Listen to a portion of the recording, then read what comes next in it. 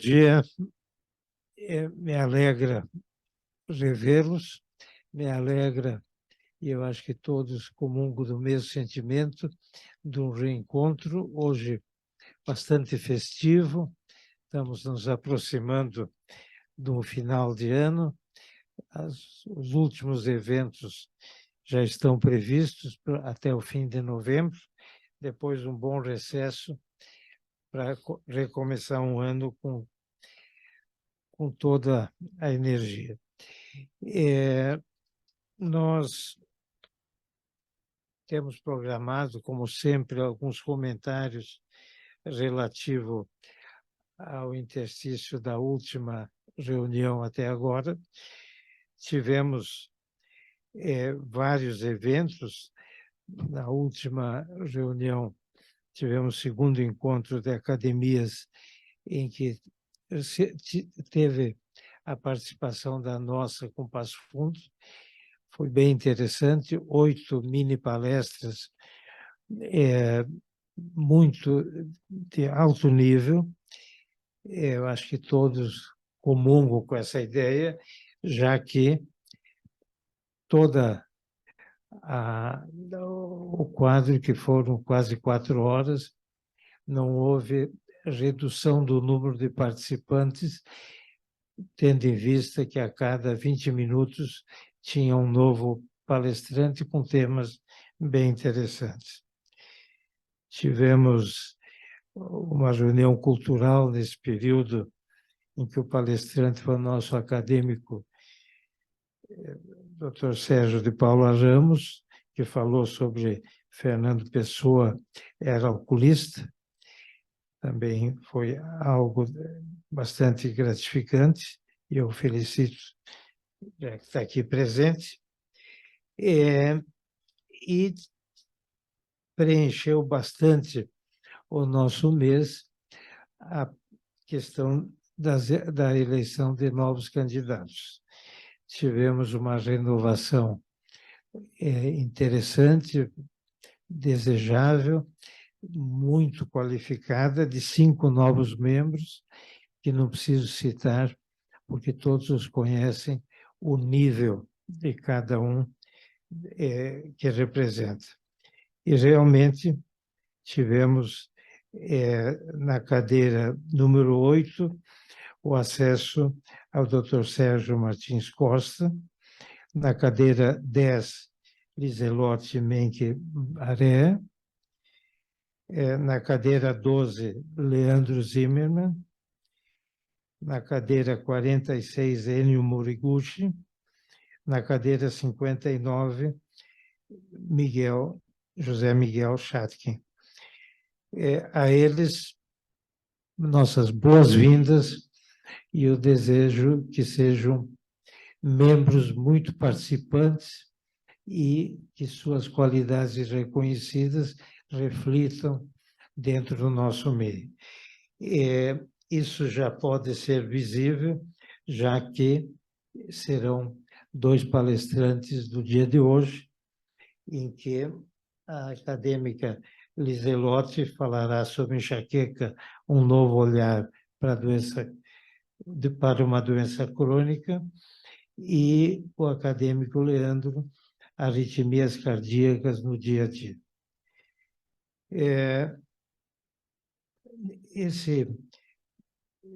Esse processo envolveu uma divulgação que nos premiou, porque tivemos 11 candidatos, que não é muito usual, e 11 bons candidatos. Nós tínhamos a sensação que todos deviam entrar, mas como 5 cadeiras não sendo 11, tivemos que fazer uma eleição em que a democracia sempre ajuda, uma eleição que qualificou 5 pessoas de alto nível. Teve o processo, como falei, de eleição e, subsequentemente, a posse, que foi uma festa que a maioria aqui presente esteve. Chegamos a 100 convites praticamente, lotando o ambiente, e me foi comentado há pouco, foi um ambiente ameno, agradável, que era a ambição de todos que organizaram esse evento. E essa comissão, da professora Temes, o professor Neumann, o acadêmico Walter, todos se dedicaram para que fosse realmente um evento que tivesse a altura desses 5 nomes e o porte, já que era uma homenagem a 5 novos acadêmicos. Tivemos também, a academia foi bem lembrada, fomos convidados para representar na ANRICS, num prêmio ANRICS dos melhores práticas em medicina, no dia 18. No dia 19, o Kremers fez um evento para prestigiar, para dar uma atenção a quem fez 50 anos de formado. Nós, da academia, tivemos na mesa diretora, representando a academia, a convite deles, e foi realmente também uma festa muito interessante.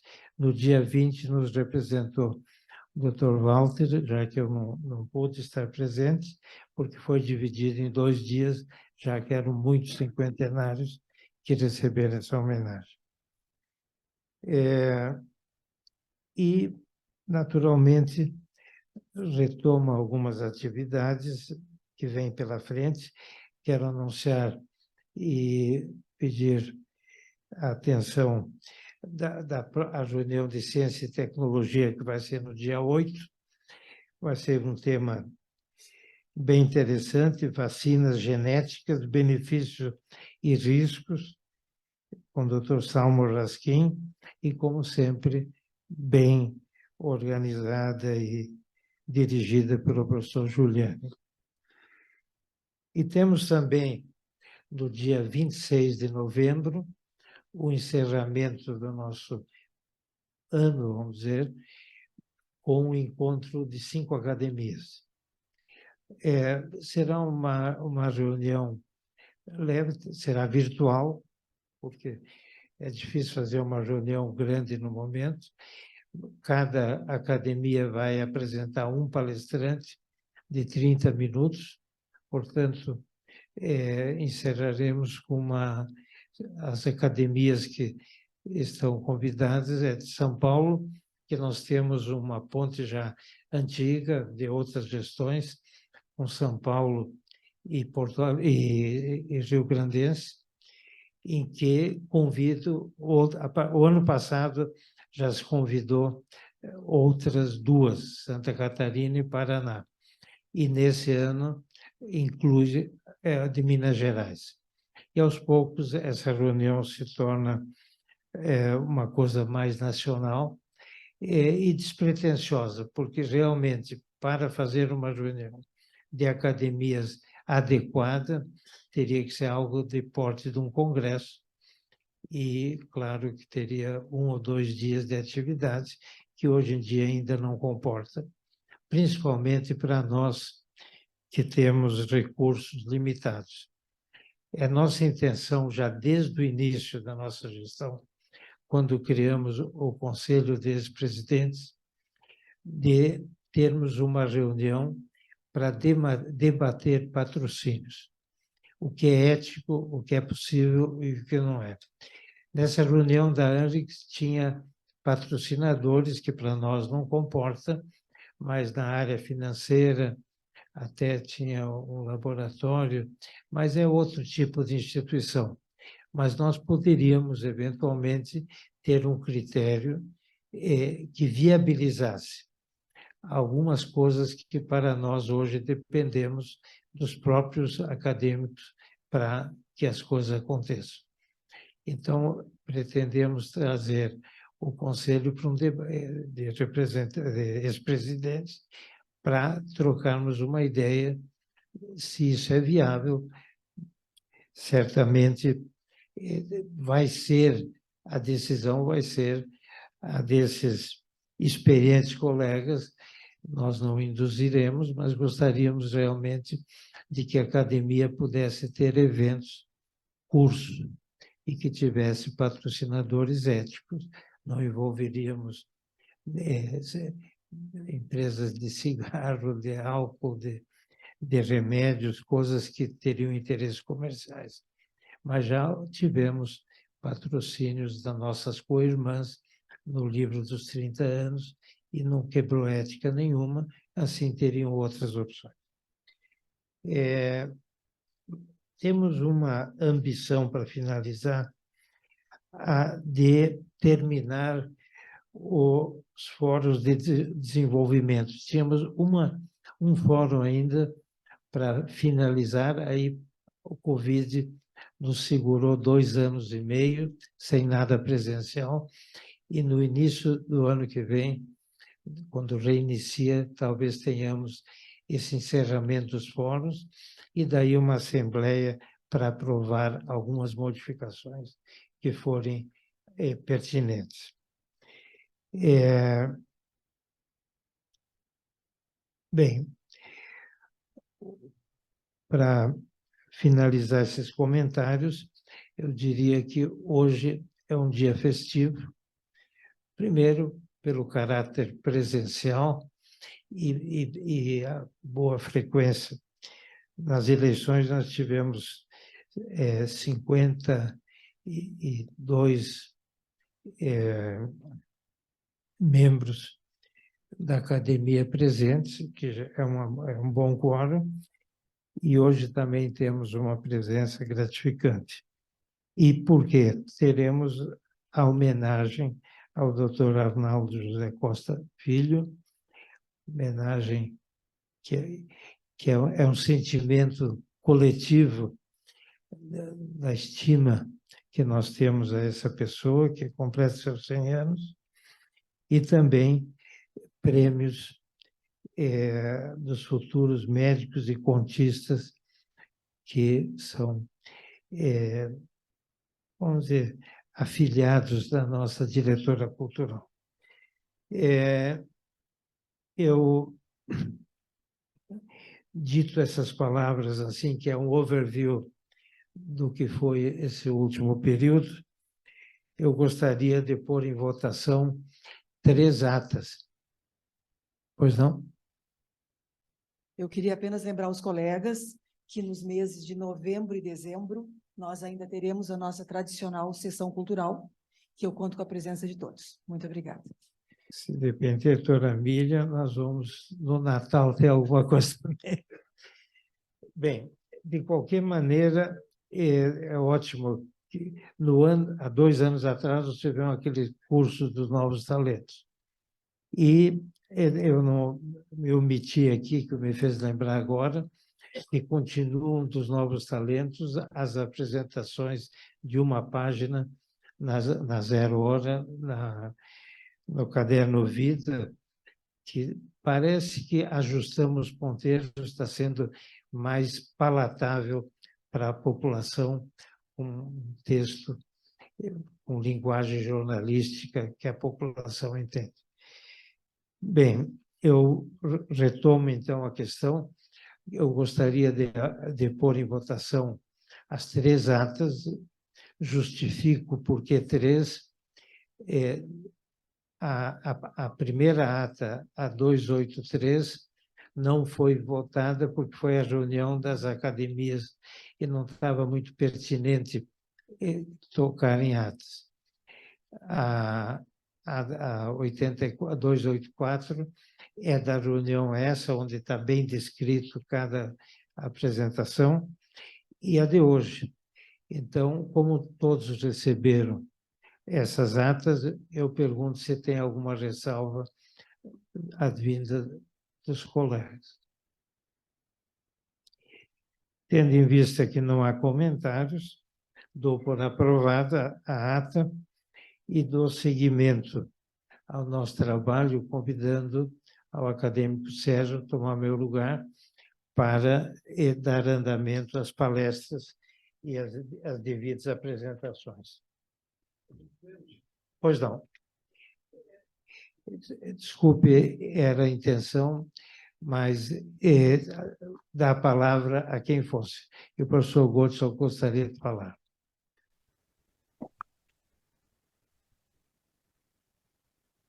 Bom dia a todos. Vamos fazer um registro aqui sobre o 8º Congresso Gaúcho de História da Medicina. Eu acho que foi um evento muito importante, muito significativo e que está afirmando esta área de conhecimento no nosso meio. A Associação Gaúcha de História da Medicina foi fundada em 2009 e desde então já realizou vários congressos, publicou vários livros e informes e está em ascensão. Agora, nos dias 27 e 28, realizou-se em Caxias o 8º Congresso de História da Medicina, em que foram desenvolvidos temas importantes como história da cardiologia, a medicina inserida nos Lusíadas, uma palestra muito interessante, passado, presente e futuro da cirurgia e, entre outros temas, magia na medicina do Renascimento. Além disso, muitos temas, livros apresentados por alunos. E esta jornada, organizada pela Associação Gaúcha de História da Medicina, ocorreu em Caxias, e deu todo o apoio e espaço para essa realização.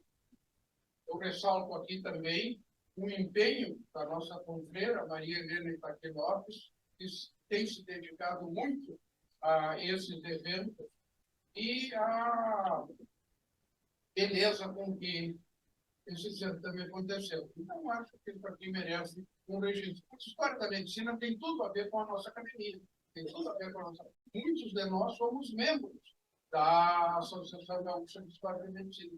E oxalá aumente a participação dos acadêmicos também nessa associação. Então, eu acho que é um registro que vale a pena fazer e que suscita o entusiasmo por novas realizações e até união mais estreita entre a academia e a Associação de História da Medicina. Obrigado. Eu já aproveito para deixar livre a palavra. Doutor Marrone, por favor. Bom dia. Eu queria fazer apenas um registro pelo mês que nós estamos e pelo Dia das Vitoriosas, né? Que essa é uma situação interessante em que nós temos aqui algumas pessoas que são importantes nesse aspecto do tratamento do câncer de mama, o MENC, por exemplo, que seria um paradigma disso. E como nós temos sempre dois lados do balcão, eu gostaria também de trazer claramente um aspecto de que devemos sempre muito a esses médicos e cientistas que desenvolveram esses tratamentos novos e que têm curado essas mulheres todas que são as vitoriosas. E que hoje é um dia que tem comemorações. Eu apenas queria deixar registrado aqui na academia esse aspecto. Muito obrigado. Obrigado, doutor Marrone. Algum comentário adicional? Bem, então, agora sim, passo a palavra ao doutor Sérgio. Bom dia a todos. Muito obrigado, presidente. E, sem maiores delongas, eu quero chamar a nossa primeira palestrante de hoje, terá meia hora, a Liselotte Menck Barea.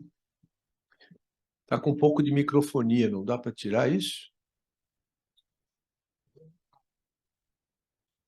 A doutora Liselotte é professora de Neurologia da Universidade Federal de Ciências da Saúde de Porto Alegre, doutora em Farmacologia pela mesma universidade, coordenadora do Ambulatório de Ensino e Cefaleia da Universidade, em associação com a Irmandade de Santa Casa de Misericórdia de Porto Alegre, chefe do Serviço de Neurologia, e a extensão do seu currículo foi bem apreciada na nossa ato de votação, né? E apresentado pela confreira Miriam. Então, doutora Liselotte, seja bem-vinda na sua estreia. Sim. E a senhora está com a palavra. Bom dia a todos. Eu gostaria inicialmente, em nome do acadêmico Luiz Lavinsky, presidente da nossa instituição, saudar a todos aqui presentes e dizer que eu estou imensamente honrada e imensamente feliz de estar aqui integrando esse novo ambiente para mim, quer dizer, já conhecia lá no segundo andar, mas agora oficialmente membro titular da academia. Então, é com grande emoção que eu inauguro as minhas atividades, então, falando um pouco sobre o tema que tem nos motivado ao longo dos anos em pesquisa e assistência. Então, como o doutor Sérgio, eu gostaria de agradecer o convite, né, do doutor Sérgio em especial, mas foi um pouquinho curto, então eu disse assim, eu vou falar um pouquinho da minha experiência, chamando atenção para alguns pontos e provocando a nossa assistência para, no futuro, que nós possamos interagir e abordar a interface, vamos dizer, que existe na neurologia com as várias especialidades aqui presentes, representadas, não é? Inclusive, eu já estava conversando com o meu companheiro hoje de exposição, o doutor Leandro Zimmermann, que nós temos vários aspectos a serem discutidos. Então, sem mais delongas, eu inicio a minha apresentação. Então, enxaqueca, um novo olhar sobre uma doença que tem assolado a população mundial ao longo de toda a humanidade. Esses são meus conflitos de interesse.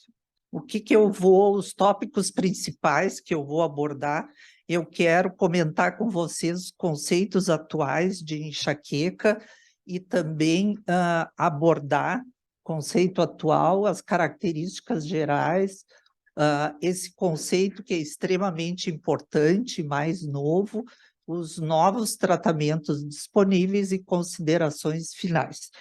Então, em princípio, nós sabemos que esse é o grande marco e que mudou certamente seu olhar para quando eu aprendi neurologia. Enxaqueca era uma doença, quer dizer, não era considerada doença. Então, hoje, nós consideramos é uma doença e é uma doença cerebral, ou seja, é um distúrbio químico do complexo do processamento sensorial e bioquímico do cérebro, num indivíduo que é geneticamente vulnerável, ou seja, metade dos pacientes tem história familiar positiva. E, através de fatores desencadeantes, ele acaba manifestando, então, clinicamente, o sintoma predominante, que é dor de cabeça, mas os outros sintomas associados cada vez mais é dada importância e isso determina extrema incapacidade para os indivíduos que apresentam. Então, nós sabemos que essa é uma condição prevalente, é a terceira patologia mais prevalente do mundo entre homens e mulheres. No Brasil, ela tem uma prevalência de 15%, ela determina um grande impacto e tem uma incapacidade e importante repercussão psicossocial. Para vocês terem ideia, ela é a terceira, então, doença mais prevalente, mas é a segunda mais incapacitante. Ela só perde, em termos de incapacidade, para o AVC, não é? Depois é enxaqueca. E isso faz com que as mulheres, principalmente as jovens, abaixo de 30 anos, ela é a primeira em incapacidade. E isso é uma condição subtratada e subdiagnosticada. Então, eu digo, a nível de atenção primária, nós temos que intervir e mudar esse panorama, inclusive nas escolas médicas, porque é dado dentro do currículo 1 hora apenas de atenção e de ensino sobre dor de cabeça nas escolas médicas. Nos Estados Unidos é em torno de 3 horas e aqui no Brasil é 1 hora.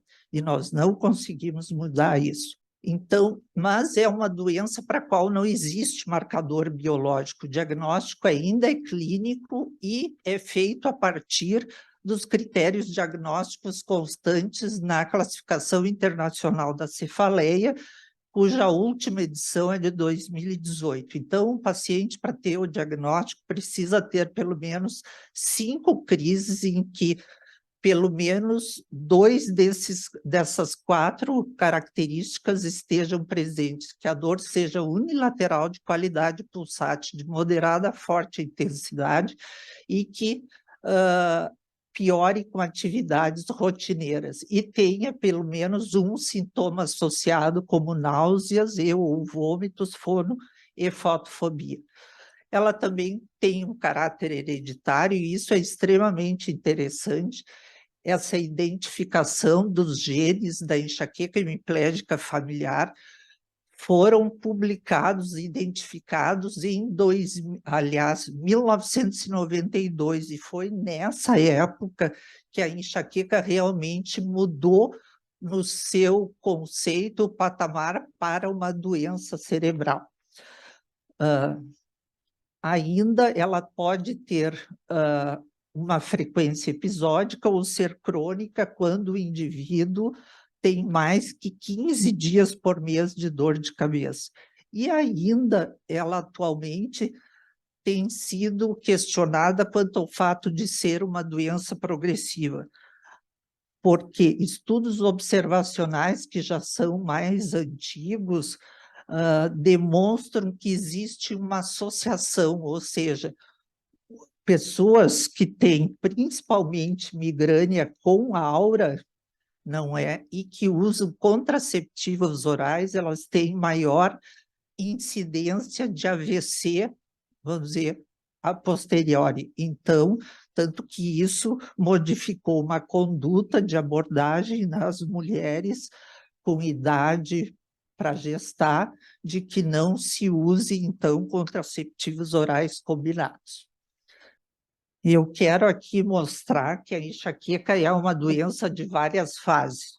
Apesar disso já ter sido descrito em, vamos dizer, o Blau descreveu isso nos anos 90, mas isso só foi dada importância agora a partir dos anos 2000. Então, ela é uma doença onde se identificam pródromos, não é? Que são alterações inespecíficas, ou seja, são vários sintomas em que o paciente tem alteração de humor, fadiga, alteração cognitiva, rigidez na nuca, voracidade, bocejo.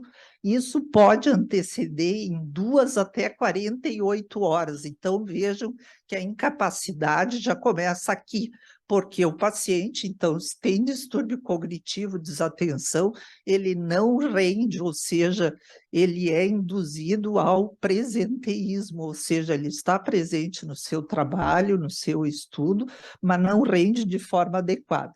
1/3 dos pacientes podem ter aura, e que é um déficit neurológico focal, mais frequentemente se apresenta sob a forma de um déficit visual transitório, que deve durar de 5 minutos até 60, e deve ter instalação progressiva.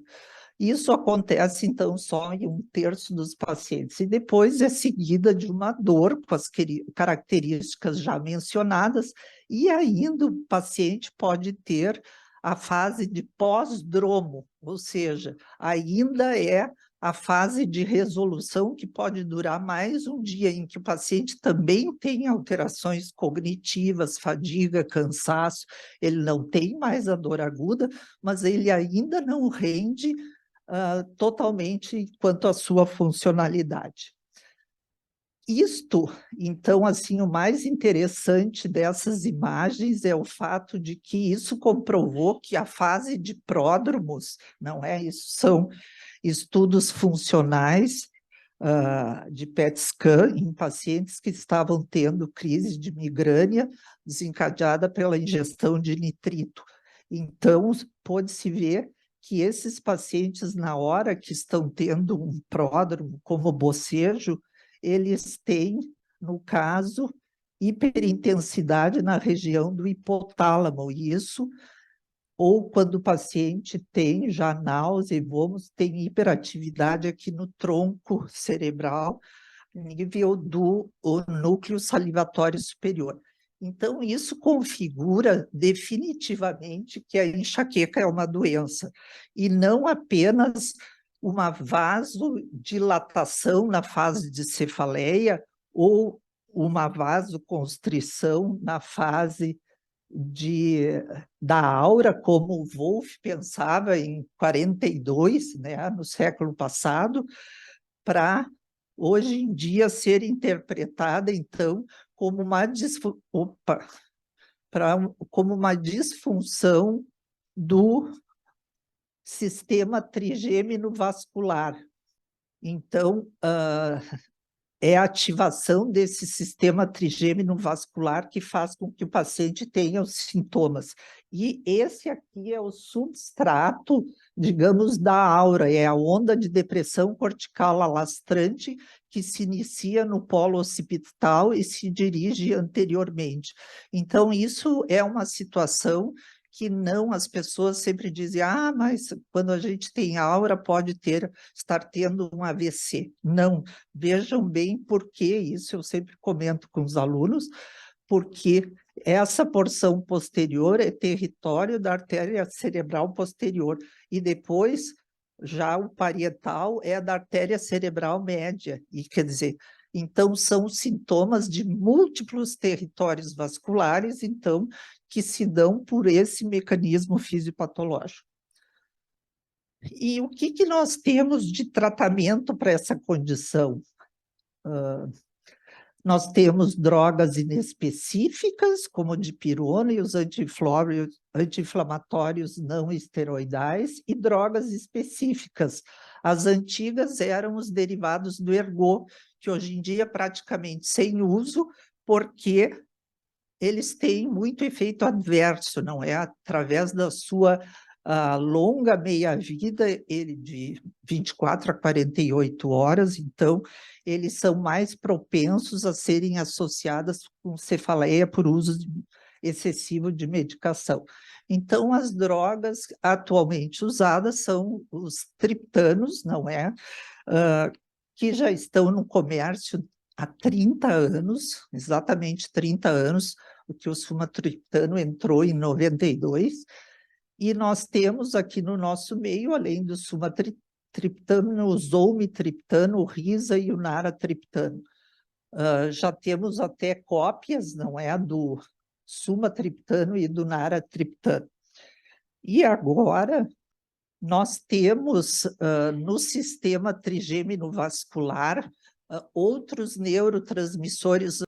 Bom, então, em termos de existem novas medicações para o tratamento agudo, além dos triptanos, elas ainda não estão no mercado, mas elas vão entrar provavelmente no ano que vem, que é um antagonista serotonérgico 5-HT1F, que o sumatriptano e os demais triptanos são agonistas serotonérgicos 5-HT1B e D, e tem uma ação vasoconstritora. Esses novos não têm ação vasoconstritora, isso é outro dado interessante, que a evolução do conhecimento mostrou que a dor não é pela vasoconstrição, é o sintoma deficitário, e a dor pela vasodilatação. É um epifenômeno, isso é tudo um mecanismo, então, cerebral, certo? E além Dos tratamentos, então, esses novos agudos, nós temos o tratamento preventivo, ou seja, que está indicado quando o paciente tem 2 ou mais crises incapacitantes e duradouras, né?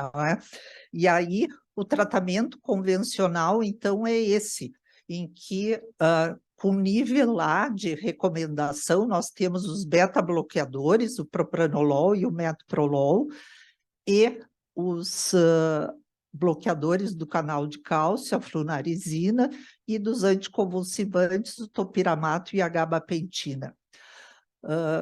E para enxaqueca crônica, nós temos com nível A de recomendação a toxina botulínica e também o topiramato é nível A para a enxaqueca crônica. E como é que funciona, então, essas medicações? Por exemplo, se injeta a toxina botulínica no subcutâneo, no couro cabeludo, não é?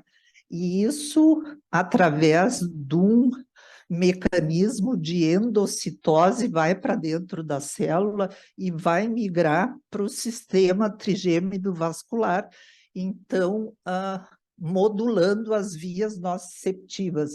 E se acredita que outro mecanismo da toxina botulínica é que ela iniba os receptores de potencial transitório vaniloide, certo? E que, então, através disso, já foi demonstrado também que diminui o nível de CGRP, que é o neurotransmissor que mais se eleva, então, e que mais está comprometido na crise de migrânia, e com isso acabaria dando esse efeito benéfico. E as novas drogas do momento no mercado há 2 anos agora são os anticorpos anti-CGRP, que foram desenvolvidos, então, especificamente baseados na fisiopatologia. Então, é a primeira medicação desenvolvida, porque todos aqueles naquele quadro são medicamentos que foram adaptados para o tratamento da enxaqueca a partir de observações iniciais, por exemplo, pacientes que usavam beta-bloqueador melhoravam das crises de enxaqueca. E essas terapias, elas são insatisfatórias e muitas vezes têm muitos efeitos colaterais e eficácia limitada. E esses novos medicamentos, então, têm uma especificidade maior e uma maior vida útil, né? E uma grande tolerabilidade. Então, esses anticorpos monoclonais, eles realmente podem ser utilizados via subcutânea 1 vez por mês ou cada 3 meses. Então, isso determina um grande conforto para o paciente. Então, para vocês terem ideia, nós tínhamos no mercado até setembro do ano passado o Erenumab. Foi retirado do comércio por questões comerciais, porque a indústria farmacêutica achou que não valeria a pena manter a comercialização por um valor tão baixo, dada a competição dos outros que foram lançados logo a seguir, certo? Então, um grande número de pacientes que vinham se beneficiando tiveram que migrar e nem sempre apresentaram a mesma resposta que tinha o Erenumab, porque agora, no momento, nós só temos o Galcanezumab e o Fremanezumab. Como eu disse, eles todos são de injeção subcutânea. A diferença do Erenumab é que ele antagonizava o receptor, e esse aqui faz um bloqueio direto do CGRP. E só para vocês terem uma ideia, este aqui também, o Eptinezumab, tinha sido aprovado pela Anvisa a um custo de quase R$2.000, e também a indústria não vai lançar no mercado pelo custo muito baixo, que eles esperavam um valor em torno de R$7.000, certo? Então, como eu disse, os para-efeitos dessas medicações são pequenos. Quer dizer, o que a gente tem? Dor no local da injeção, e o Erenumab dava bastante constipação. Tá? 30% dos pacientes, eles diziam 8% nos trials, né? Mas na nossa prática, em torno de 30% tinha constipação. E já os outros, o Fremanezumab dá um pouquinho de constipação, mas bem menos. Eles são, então, muito bem tolerados.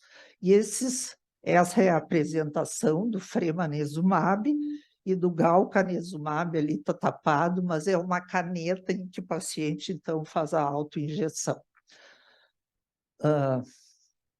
Aqui eu só queria mostrar a relação dos estrógenos ou dos hormônios com a enxaqueca, que no pico do estrógeno, na fase de ovulação, o paciente tem maior prevalência de aura com enxaqueca e tem mais crise de enxaqueca, mas certamente o que mais influi em termos hormonais é a queda dos níveis de estrogênio. E isso caracteriza, então, principalmente a enxaqueca relacionada à menstruação. Bom, como eu disse para vocês, o CGRP está elevado nos pacientes que têm enxaqueca, principalmente nos que têm enxaqueca crônica, e o uso de uma droga para tratamento agudo, como o triptano, diminui os níveis do CGRP. Isso é só para confirmar. Isso aqui nós podemos passar. Esses são outros recursos, vamos dizer, a Tiara, que se chama o Cefalia, é um outro dispositivo para fazer neuroestimulação não invasiva, não é? Mas isso, com certeza, não tem uma grande eficácia. A gente acaba reservando para os pacientes, por exemplo, que têm enxaqueca durante a gravidez, que daí não podem usar outras medicações. Esses tratamentos, os MABs, eles têm um percentual de eficácia muito semelhante entre eles, em torno de 64% deles determina a redução de 50% na frequência das crises, certo? E esse aqui dá menos de 20% de redução. Eu queria, então, dizer, em considerações finais, questões atuais a serem compreendidas e abordadas quando atendemos pacientes com enxaqueca. Os sintomas da enxaqueca vão além da aura e da dor, isso é importante, porque é um conceito que nós temos de que enxaqueca é isso, quando o paciente tem aura, e daí ou vai no oftalmo, porque tem aquele déficit neurológico transitório, não é? Mas a gente deve entender o paciente como tal e abordá-lo de uma forma compreensiva, não é? E, portanto, a duração da crise em função disso e consequente incapacidade são maiores do que até então consideradas, né? Então, não é só aquela hora que o paciente tem dor, e sim é toda aquela incapacidade desses sintomas menores e que acabam prejudicando, não é, o indivíduo que a tem. E outra consideração, não existe tratamento curativo para enxaqueca, não é? Não existe. Mas nós temos, vocês viram, um arsenal de tratamentos que nós temos disponíveis, e isso nós podemos oferecer. Eu digo, tem dados que apenas 20% dos pacientes que têm enxaqueca, quer dizer, eles recebem tratamento preventivo, não é? Então, quando, na verdade, no mínimo 50% dos pacientes deviam receber, porque eles têm a forma de enxaqueca episódica mais frequente. Só 2% da população tem enxaqueca crônica, ou seja, é aquela pessoa que tem grande incapacidade. Mas então nós temos um armamento, e esse ainda é um conceito que vigora, eu digo, a nível de atenção primária, de que a pessoa tem que se acostumar a viver com a dor, e isso não é verdade, não é. É, então, uma doença que determina uma incapacidade importante e que tem condições de ser tratada de forma eficaz. Nós temos, então, toxina botulínica, nós temos bloqueio de nervos periféricos, que eu tinha posto no outro arquivo, em que se faz injeções de lidocaína e bupivacaína em toda, vamos dizer, os terminais nervosos que apresentam alodínia, e isso melhora substancialmente a qualidade de vida dos pacientes. Então, realmente nós temos que mudar esse conceito de que enxaqueca é uma doença. Primeiro, não era considerada doença, é a doença e pode ser tratada de forma eficaz para que o paciente possa conseguir observar as coisas boas da vida, como um quadro de um impressionista que muito me agrada, que é o Monet. Estou aberta a perguntas. Muito obrigado. Diga, presidente. Gostaria, primeiro, de felicitar mais uma grande palestra, qualidade máxima. O que eu gostaria de saber está bem consolidado na minha atividade a migrânia vestibular, que o senhor ia comentar isso. Que é que dá um quadro de Meniere-like, e toda a clínica de migrânia, e que o tratamento é de migrânia. Nosso grande desafio é o diagnóstico diferencial. Gostaria de ouvir sua experiência. Sim, aí eu tenho a comentar, em primeiro lugar, que a migrânia vestibular ainda não faz parte do corpo da classificação da International Headache Society, ela está no apêndice, não é para ser aprovada ainda, ela já é, esses critérios já são aprovados pela Sociedade Internacional de Barani, né? Mas os critérios ali sugeridos é que o paciente deve preencher critérios diagnósticos para enxaqueca sem aura, e em pelo menos metade dos episódios eles devem ser acompanhados de sintomas vestibulares, tipo vertigem, tontura, náusea. Náusea também faz parte da enxaqueca. E o paciente pode ter esses sintomas extra crise de enxaqueca. Então, ele pode ter sintomas isolados de vestibulares e outro tanto de sintomas de enxaqueca com sintomas vestibulares. E aí, o interessante é que parece que esses pacientes respondem melhor, porque daí já se fez trials para migrânia vestibular com seleção de pacientes, que eles respondem melhor a drogas do tipo beta-bloqueador e venlafaxina.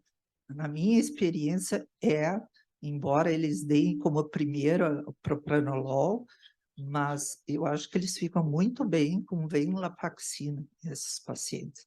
E é uma prática que a gente tem reconhecido, eu tenho recebido muitos pacientes de otorrino com esse diagnóstico. Acadêmico Cláudio Marrone. E depois o acadêmico Blau. Mas, doutora Lavinsky, eu gostaria de fazer uma mesa de interface da neurologia com a otorrino para abordar todo com maior profundidade para a gente estudar essa relação, que é muito interessante, né? A fisiopatologia é muito bonita, né? Sim. Fale, professor Marrone. Parabéns pela tua apresentação. Tem que me acostumar que é acadêmica. Querida amiga. E eu queria dizer, então, que tu poderias colocar nessa mesa redonda com a otorrino, botar o gastro. Sim. Sim, porque as cefaleias são apanágio do neuro, mas um percentual bom de pacientes migram. Para o para gastro. o gastro, Isso. porque eles têm sintomas digestivos com muita frequência. E é difícil para eles que nós digamos: o teu problema não é na barriga, o teu problema é na cabeça. Sim. Eles não acreditam nisso. Bem, e eu quero comentar que cada vez mais as doenças crônicas que a gente considera pontualmente, num ponto, elas têm uma situação sistêmica. Tem outras coisas que acontecem à distância e que estão sendo valorizadas agora. E essas das queixas digestivas é uma delas em relação à migraína, ou migrânia. Bom, eu acho que tem uma relação importante fisiopatogênica com coisas digestivas, porque cada vez mais nós estamos considerando que tem um segundo cérebro. E o segundo cérebro é o tubo digestivo. E que tem E características... aí vem o microbioma, né? E E tem a doutora Teles já características... está lá faceira, né? E tem características, digamos, de conotação neurológica com células especializadas semelhantes às coisas do encéfalo. E a microbiota tem muito que ver com isso também, tá? Que é um outro campo muito amplo para ser explorado para várias doenças. Bem, então, uma das queixas é a plenitude, é náusea. E atualmente, por exemplo, tem um remédio chamado liraglutide, que é utilizado para diminuir o peso, para melhorar a esteatose hepática, etc., e que a sua injeção provoca náuseas, provoca distensão abdominal, que são queixas frequentes de enxaquecoso. Sim. E pode, eventualmente, provocar queixas do tipo enxaqueca, com aura, com depressão alastrante, aquela característica. Então, vamos dizer assim, essa relação que eu queria saber de ti, o Sim. que tu consideras? Além de fazer dois comentários. Um, que causa estranheza sempre que o remédio seja retirado porque é muito barato. Quer dizer, a penicilina está desaparecendo porque Mas ela agora é o custa contrário. 2 centavos. Né? E esse é barato porque custa só R$ 2.000. Né? Então, isso assim é uma coisa que deve causar estranheza. E a último comentário é que eu achava que os impressionistas eram míopes, e agora estou vendo que eles podem também ter uma aura de enxaqueca para pintar daquela maneira. Sim. Ok, muito obrigado pelas suas considerações, professor Marrone. Eu só vou contar um aspecto fisiopatológico que mostra o porquê dessa relação, por que a pessoa tem náusea e vômito durante a crise de migrânia. Se eu pudesse voltar lá naquele slide onde tem o tronco cerebral e que tem na área do bulbo núcleo salivatório superior. Então, ele é estimulado, não é, durante a crise de migrânia, e com isso, o que acontece em nível do estômago? Existe uma gastroparesia. Isso tem fotos, inclusive, de pacientes durante a crise com essa gastroparesia, certo? E por isso que eles ficam enjoados e vomitam, não é? E vão procurar o gastro porque muitas vezes é um dos sintomas mais proeminentes. Em geral, a cefaleia é o mais proeminente, mas tem muitos pacientes que os sintomas associados são muito evidentes e causam mais desconforto do que a própria dor. E em relação qual é o outro aspecto do valor do remédio, bom, isso nós não temos como interferir, não é? Nos causa muita estranheza e ainda eu acho que esse aqui é um fórum que a gente pode discutir, por exemplo, assim, ó, essas medicações nem a toxina não está no rol da ANS, não é? Então, não são fornecidas para pacientes do SUS. E é uma doença que tem muito impacto social, né? As pessoas faltam muito ao trabalho por causa de migrânia. E em relação a essas medicações novas, o que está acontecendo? Para os pacientes que têm planos de saúde, elas acabam entrando na justiça para ganhar a medicação, não é? Mas quem paga a conta somos nós, não é? Então, como é que nós vamos trabalhar isso em nível de sociedades médicas, de entidades médicas e a relação com o nosso sistema de saúde, porque é uma situação difícil, né? E a gente fica no meio disso tudo. Nós temos a boa prática, mas não conseguimos exercer em função desses aspectos. Acadêmico Blau, para a última pergunta. Bem, em primeiro lugar, eu gostaria de cumprimentar a doutora Lizelotti pela eleição e pela palestra, que foi muito estimulante, principalmente para quem sofre da enxaqueca. A enxaqueca era um problema sério na minha juventude, e o meu pai, que era médico, sofria de enxaqueca. Então, a hereditariedade realmente. E uma das coisas importantes e que foi muito benéfica na minha vida foi ter o diagnóstico de hipertensão arterial. Com menos de 40 anos, eu era um hipertenso. E comecei a fazer tratamento e desapareceu a enxaqueca. Realmente, o beta-bloqueador. O beta-bloqueador, do ponto de vista de sintomatologia, resolveu a minha vida, pelo menos nesse aspecto. Muito obrigado. O acadêmico Blau é um exemplo vivo, então, disso que eu comentei, né? Que tinha sua enxaqueca e, por acaso, ficou hipertenso e ficou bem da sua enxaqueca. Marrone, daí eu, só para terminar, que eu me lembrei que um outro aspecto interessante em relação ao intestino e o cérebro, enfim, é um outro conceito bem atual de que as cólicas neonatais, não é, do recém-nascido, aquela dos 3 meses, seria uma manifestação precoce de migrânia, sabe? De enxaqueca. Então, isso é outra situação, e isso tem, claro que eu só digo isso porque tem inúmeros estudos referendando isso, né? Caso controle, e agora estão fazendo um grande coorte para ver a evolução dessas crianças com migrânia.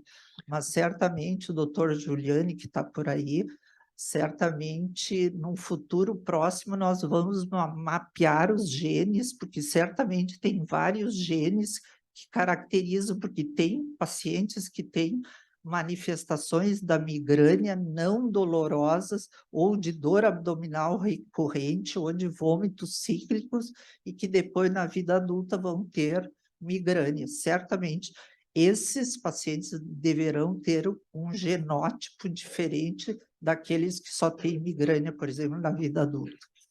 Então, Muito obrigado, desculpe, acadêmica. mais Eu uma pediria vez. para a Márcia, por favor, Márcia, entregar para a doutora Lizelotti o certificado.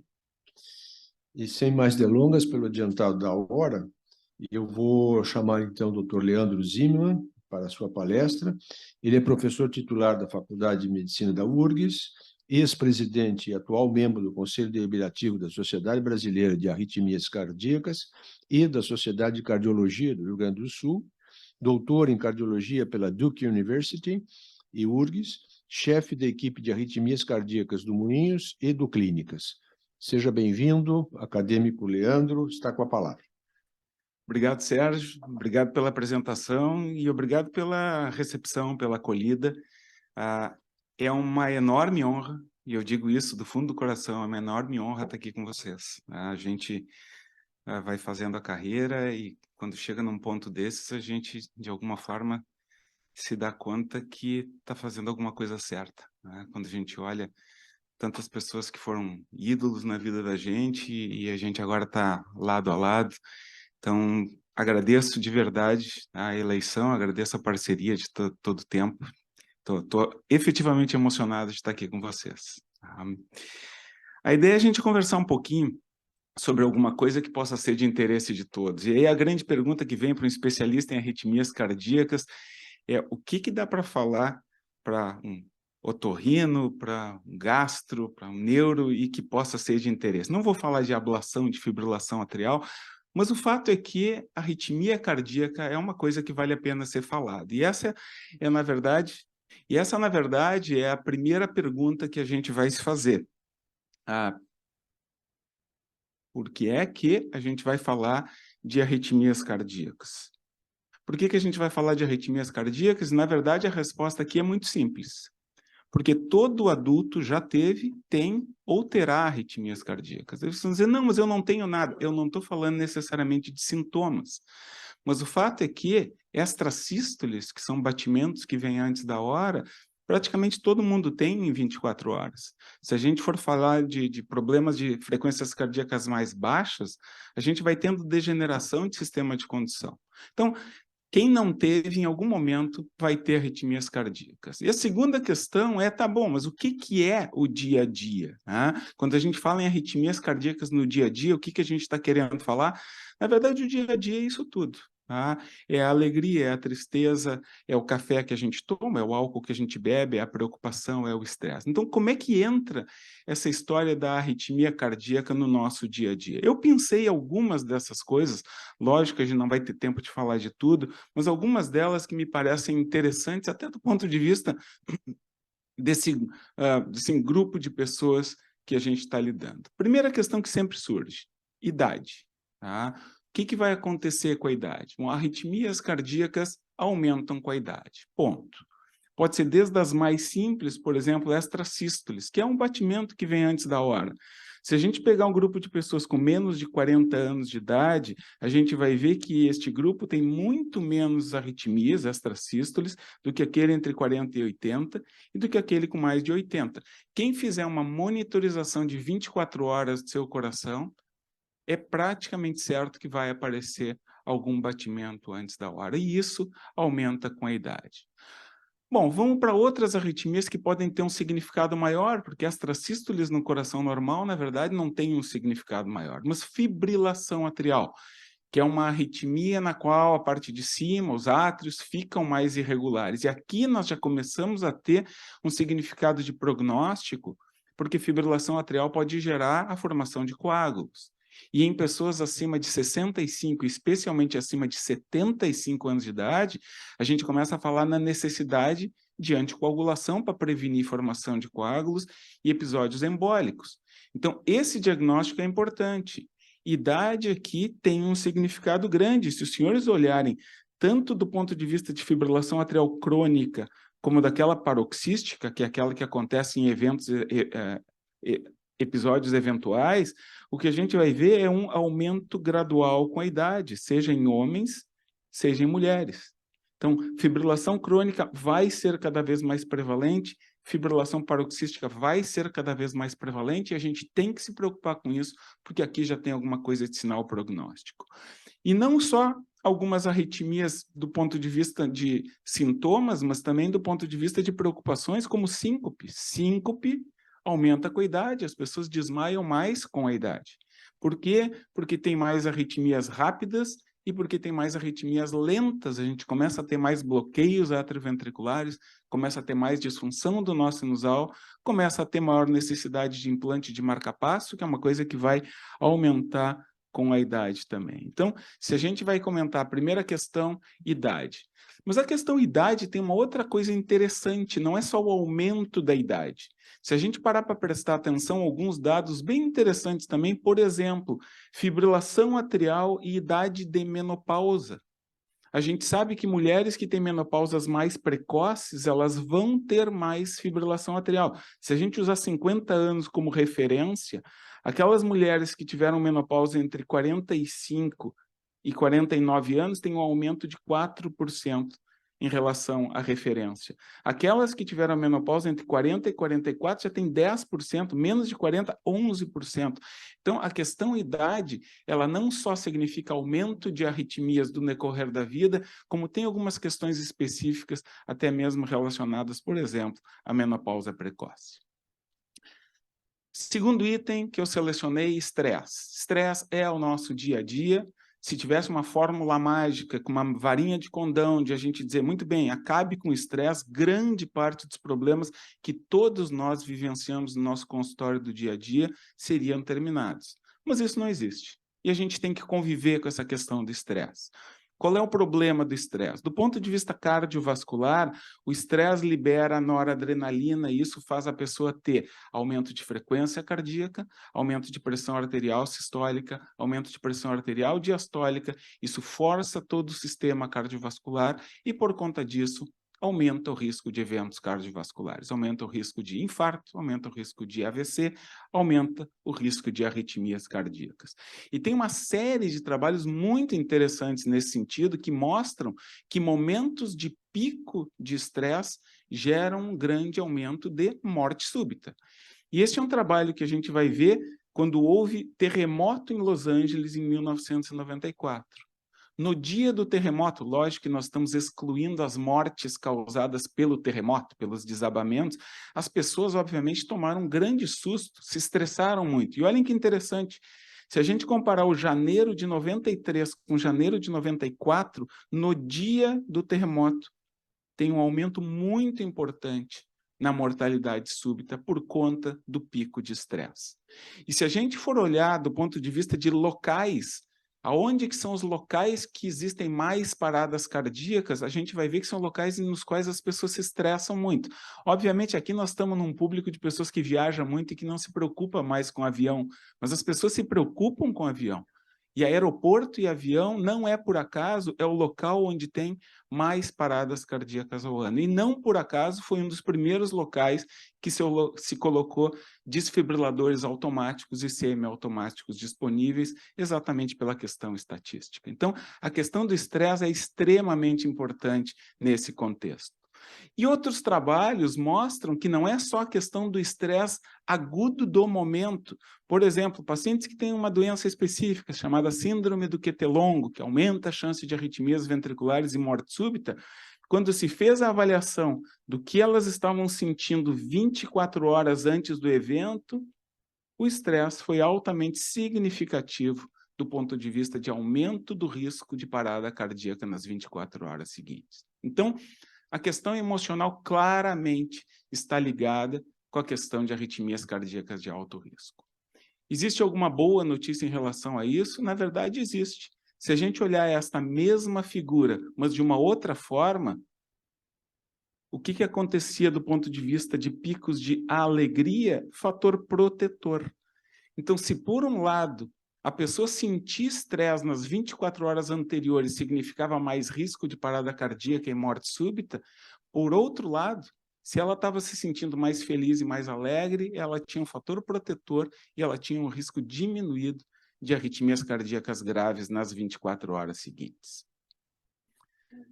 Item número 3, atividade física. De novo, extremamente importante, a gente sabe do significado da atividade física, isso é extremamente estimulado, e não é por acaso que é extremamente estimulado. Se diz que a atividade física regular protege contra arritmias cardíacas, e isto é uma verdade.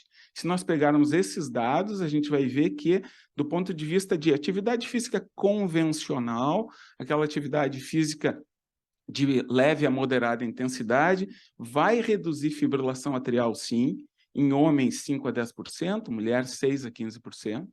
A atividade física convencional vai diminuir as arritmias ventriculares também, de 11 a 22%, só não faz diferença nas bradiarritmias. Então, a atividade física regular, sim, reduz as arritmias cardíacas.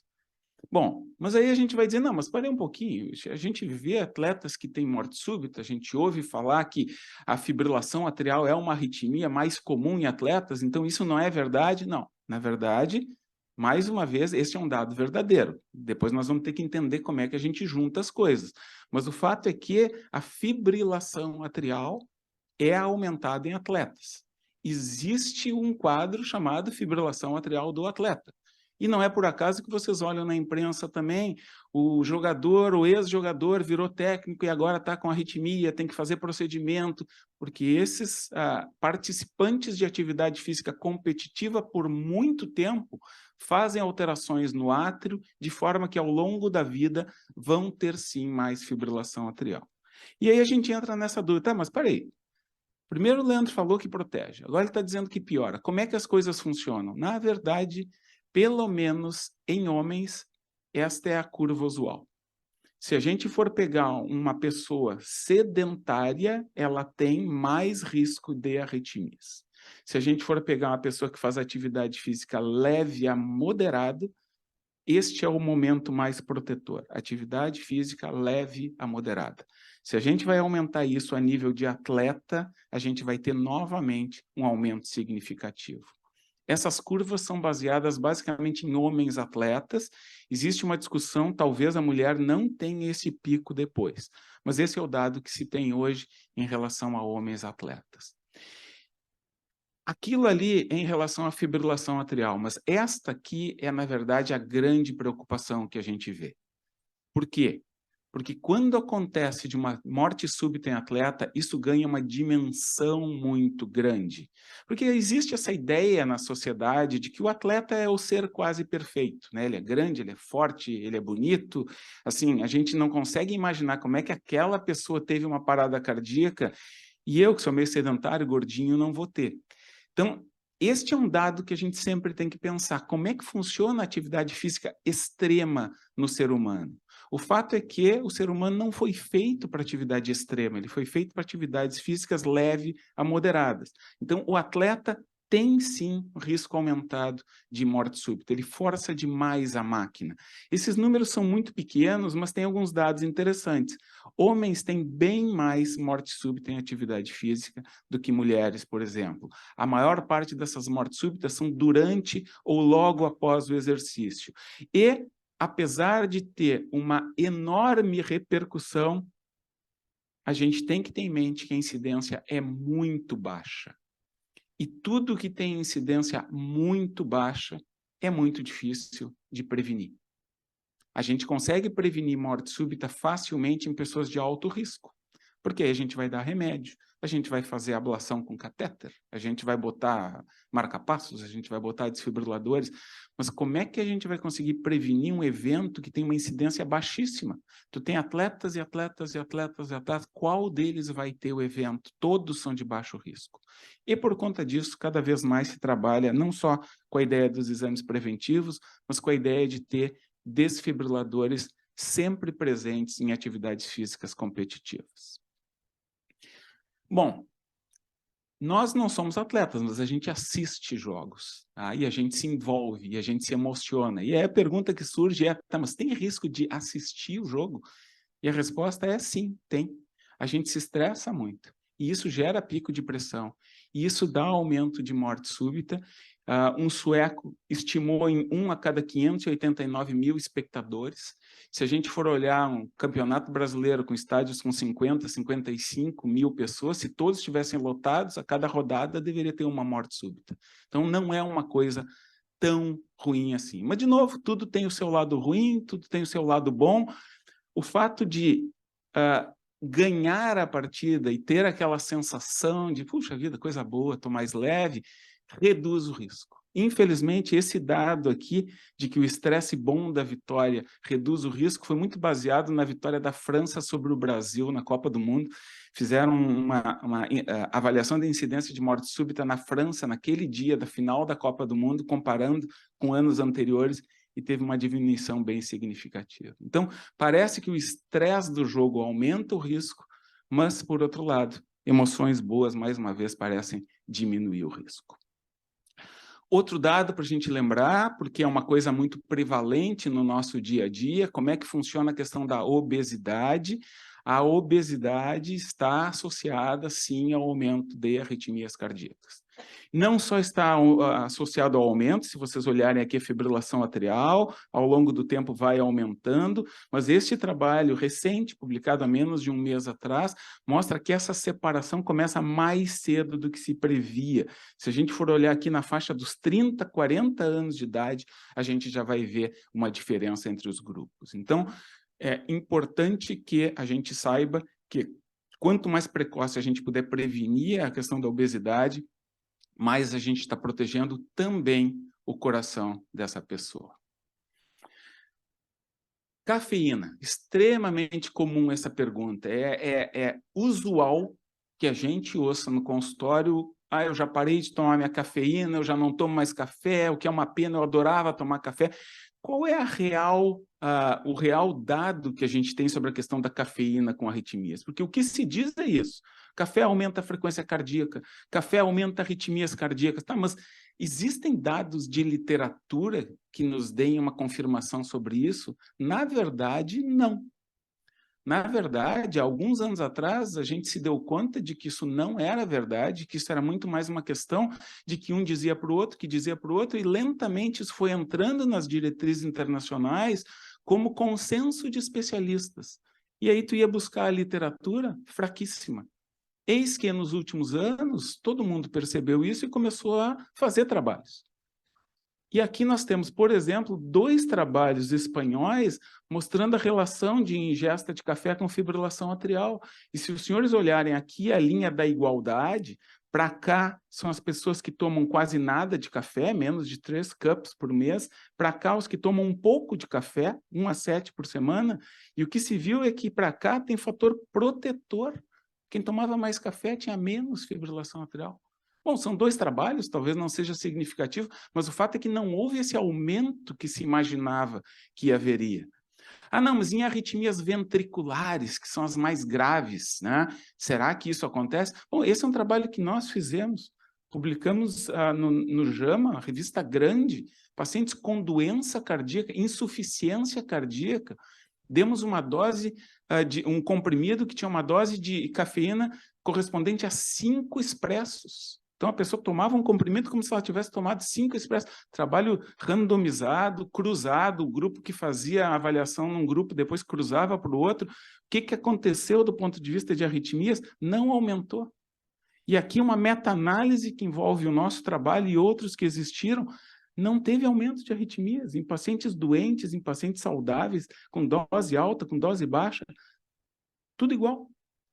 E se a gente quiser botar um pouco mais ainda de tempero nessa discussão, a gente vai ver esse trabalho de 10 anos atrás, que faz uma correlação entre a ingesta de café e a mortalidade. E o que se observa nesse trabalho? As pessoas que bebem mais café tiveram um efeito protetor. Dizem, puxa, então beber mais café protege? Não dá para dizer isso, porque associação é associação e não garante causalidade. Obviamente, talvez a pessoa de mais idade, que está com melhor saúde, se sinta mais à vontade de tomar café. E aí a gente vai fazer a associação de quem bebeu mais, viveu mais. Mas o fato é que não temos dados que mostrem aumento de mortalidade ou aumento de arritmias. Então, a mensagem em relação à cafeína é que fiquem bem mais tranquilos em relação à sua ingesta de cafeína com a questão da arritmia. Atividade sexual, dia a dia. Tem algum problema? Não tem? Bom, atividade sexual é uma atividade física, tá? E pelo menos 3, 4 metros de consumo de oxigênio a gente vai ter. Existe uma outra questão que a gente vai ver que em torno de 0,6% dos casos de morte súbita podem estar relacionados à atividade sexual, porque é uma atividade física mais importante e, logicamente, aí vai depender muito de algumas questões. E eu trago isso como curiosidade, não só porque é uma coisa do dia a dia, mas porque, do ponto de vista de morte súbita em atividade sexual, tem 2 curiosidades bastante interessantes, que são essas 2. Primeiro, a grande maioria é homem, e segundo, a maioria é em relação extraconjugal. Muito provavelmente aqui tem uma questão de ansiedade de desempenho, tem uma questão de uso de fármacos, tem uma questão de ter que se esforçar mais do que o normal, mas o fato é que Essas são curiosidades interessantes. Aqui não tem nenhum julgamento moral, só para dar um dado para os senhores. O fato é que a questão da atividade sexual, logicamente, é tão importante que tem diretriz específica sobre isso, né? Atividade sexual e doença cardiovascular. Como é que pode, como é que não pode. E o resumo da história é que, em geral, mesmo as pessoas que tenham doenças cardíacas mais avançadas podem sim ter atividade sexual. Só se evita a atividade sexual em pessoas que estão com doenças descompensadas. Então, a pessoa que está com uma arritmia com 180 de frequência cardíaca, pessoa que teve um desmaio há pouco, mas, de forma geral, no momento em que a arritmia está controlada, a atividade sexual está liberada. Poluição do ar, tem algum problema? Também tem problema. Esse é um trabalho feito em São Paulo, basicamente ligado à questão da liberação de gases pelo trânsito, e o que se viu é que, na medida em que o nível de poluição do dia vai aumentando, a gente vai tendo mais busca em emergência por conta de arritmias cardíacas. E por que eu digo isso? Porque a gente tende a ser muito personalista. Em geral, a gente pensa, pô, o que eu estou fazendo, né? Eu tomei o meu café, eu fiz o meu... Existem coisas que, na verdade, podem independer da gente e podem depender mais do meio em que a gente vive. Álcool. Como é que é a questão do álcool? Tem aquela ideia geral de que o álcool em dose pequena pode ser protetor para o coração. Eu preciso dizer para vocês que funciona que nem a questão da cafeína, existe uma associação. A pessoa que bebe o seu álcool com mais idade vive mais, mas a gente não tem a confirmação de que o álcool está gerando aumento da sobrevida. Talvez a pessoa que está melhor, com mais idade, se sinta mais à vontade de beber seu álcool e criou a associação. Para arritmias cardíacas, não existe esse fator protetor inicial. Para arritmias cardíacas, bebeu mais álcool, tende a ter mais arritmias. E esse é um trabalho que foi feito na Oktoberfest em Munique, certamente um palco bem adequado para se fazer um trabalho sobre a ingesta aguda de álcool. E o que se viu é que, na medida em que aumenta a ingesta de álcool, vai ter um aumento de arritmias cardíacas, seja em homens, seja em mulheres. Então, a ingesta aguda de álcool vai fazer um risco aumentado de arritmias cardíacas. A maior parte daqui eram arritmias de baixo risco, mas, de qualquer maneira, são coisas que geram palpitação e podem gerar preocupação. Como é que é a questão da fibrilação atrial? De novo, aquela questão de que nos interessa um pouco mais, porque são arritmias que podem dar origem a coágulos, podem dar outros sintomas mais duradouros. Mesma coisa. Aqui já é um trabalho de uso de álcool em longo prazo, não é um uso agudo, mas basicamente, na medida em que se toma álcool, aumenta o risco. E isso é linear ao longo do tempo. Álcool significa mais arritmias cardíacas. Bom, por outro lado, uma boa notícia nós temos nessa história. Quando a gente pega pacientes que têm fibrilação atrial recorrente e que usam álcool de uma forma mais recorrente, o que acontece se eu suspender o álcool dessas pessoas? Quer dizer, o coração já se transformou de forma tal que não adianta mais suspender o álcool? Ou se eu fizer uma abstinência, eu vou começar a ter menos episódios? O fato é que, no momento em que eu faço abstinência, eu vou ter menos episódios, sim, do que o grupo controle que continua fazendo a sua ingesta de álcool. Então, se por um lado a ingesta contínua, a ingesta aguda de álcool aumenta arritmias, a ingesta continuada de álcool aumenta arritmias, se a gente suspender esse álcool, a gente vai ter, sim, uma redução. E outras drogas, temos algum dado sobre outras drogas? Quer dizer, cannabis, opioides, todas elas aumentam fibrilação atrial. Esse também é um trabalho de menos de um mês atrás, comparando as pessoas que não usavam drogas com as pessoas que usavam cannabis, opioides, cocaína, metanfetamina, todas elas, de alguma forma, em níveis diferentes, aumentam o risco de fibrilação atrial, e algumas delas, como a cocaína, por exemplo, aumentam o risco de morte súbita por infarto do miocárdio. E, por fim, eu não queria terminar sem fazer ao menos uma citação em relação a infecções, por conta dessa questão do mundo em que a gente está vivendo. Esse não é um trabalho da Covid especificamente, ele, na verdade, foi publicado um pouquinho antes, foi em janeiro de 2020, antes de ter a questão toda do pico da Covid, mas é um trabalho interessante. Nós sabemos que infecções agudas aumentam o risco de arritmias, o coração pode ficar inflamado naquele momento, pode fazer miocardite, então não é raro que a gente tenha pacientes que vêm com inflamações agudas se queixando de palpitações. Mas esse trabalho é um pouquinho interessante no sentido de dizer o que acontece no segmento. Se pegou pacientes que fizeram fibrilação atrial no momento da infecção, então teve a infecção viral, teve a sua fibrilação atrial, passou a fibrilação, passou a infecção, o que acontece no ano seguinte? Essa pessoa tem mais risco de fazer alguma coisa ou tudo se resolveu? O fato é que claramente houve um risco aumentado. Pessoas que fazem um episódio agudo de arritmia durante a infecção têm mais arritmias, especialmente fibrilação atrial, ao longo do ano. E esse trabalho especificamente mostrou não só mais arritmia, mas mais consequências tipo AVC.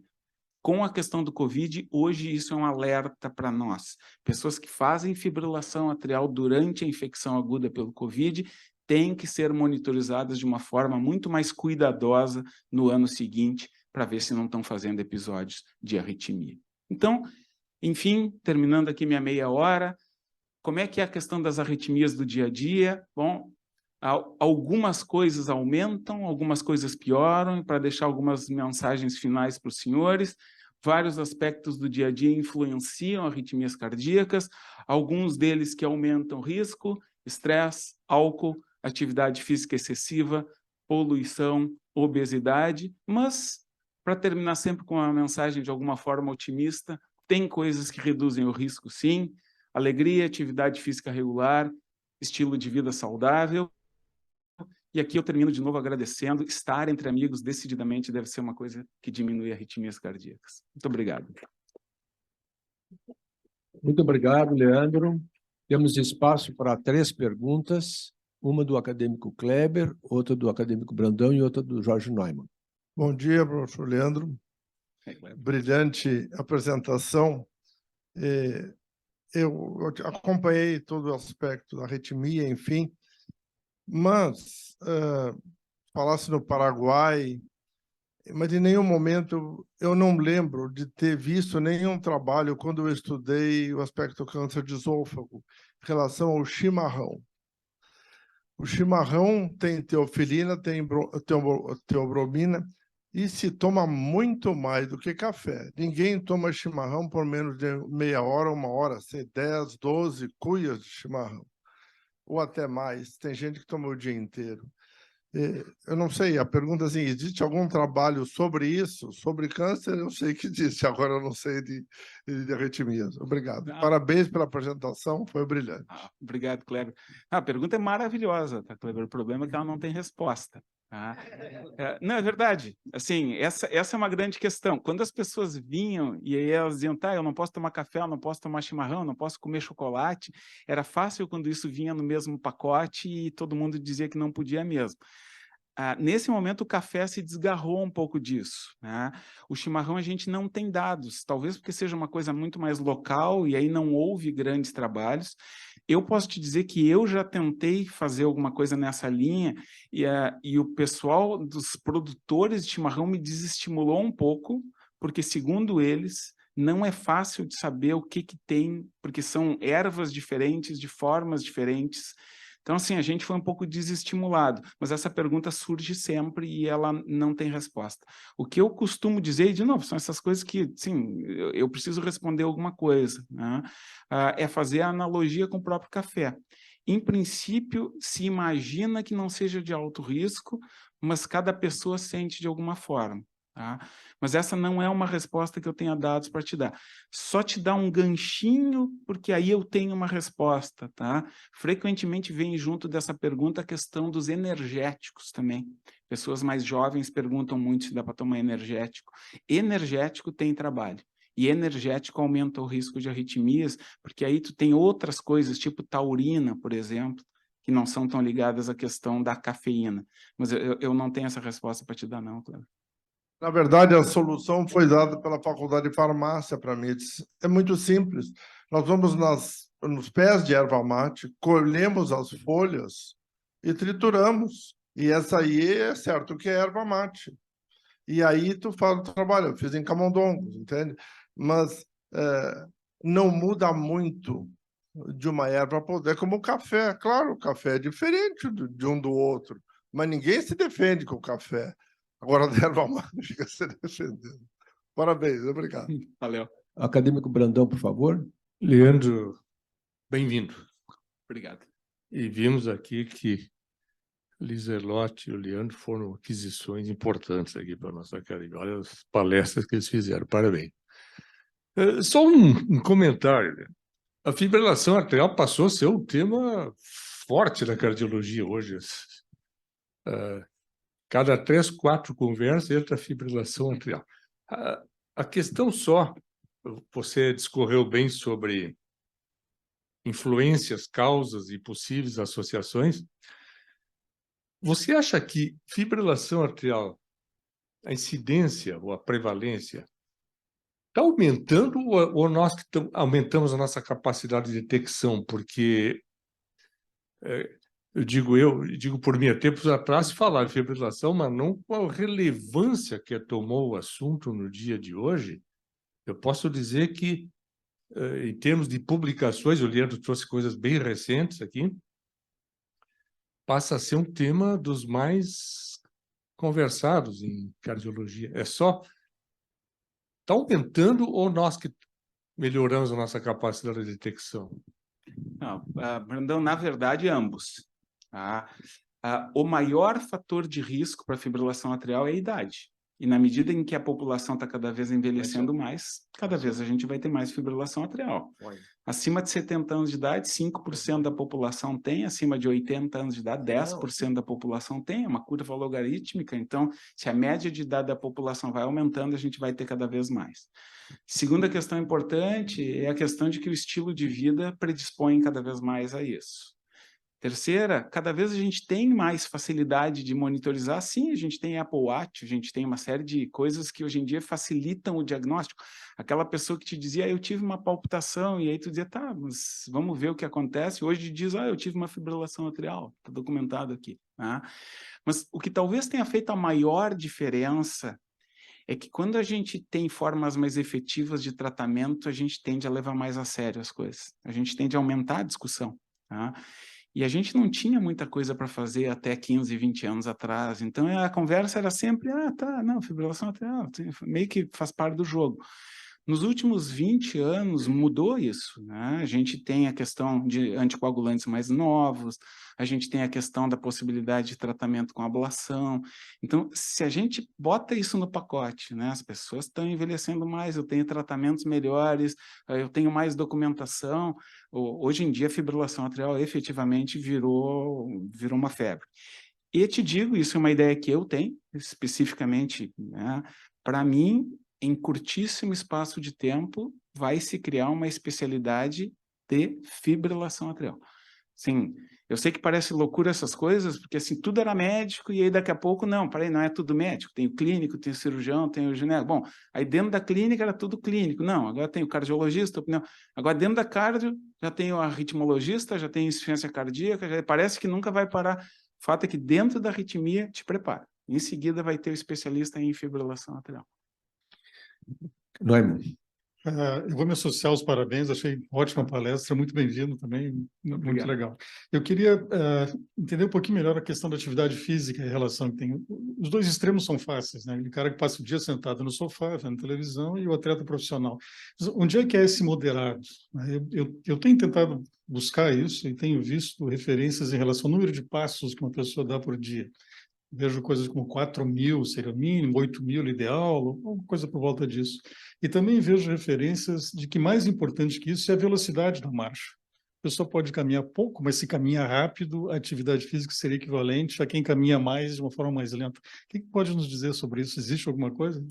Não, existe muita discussão, mas eu vou te dar o dado da Sociedade Americana de Cardiologia, porque, sim, pelo menos serve como referencial. A ideia é que se deva fazer pelo menos 150 minutos de atividade física por semana. Atividade física, leia-se, vou fazer atividade física, não é atividade física de caminhar no shopping, por exemplo, né?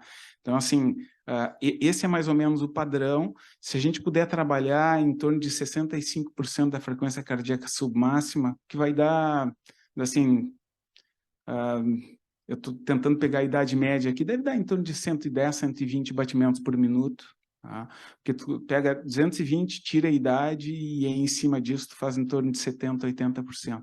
Então, se tu conseguir trabalhar nessa faixa de frequência cardíaca 150 minutos por semana, tá adequado. Hoje, a sociedade sugere que, além dessa atividade física aeróbica, se faça também atividade física anaeróbica, com peso. Tá? Então, esse seria, vamos dizer assim, o mundo mais ideal. Queria agradecer muito a palestra do Dr. Leandro, me deixou inquietado, porque bagunçou minha cabeça, porque agora fiquei sabendo que eu estou liberado para tomar cafeína. Mas, por outro lado, cafeína é estimulante. E cocaína e metanfetamina também são. E aí embaralhou um pouco minha cabeça, mas, enfim, depois a gente toma um café, a gente fala sobre isso. Obrigado. E agora sim.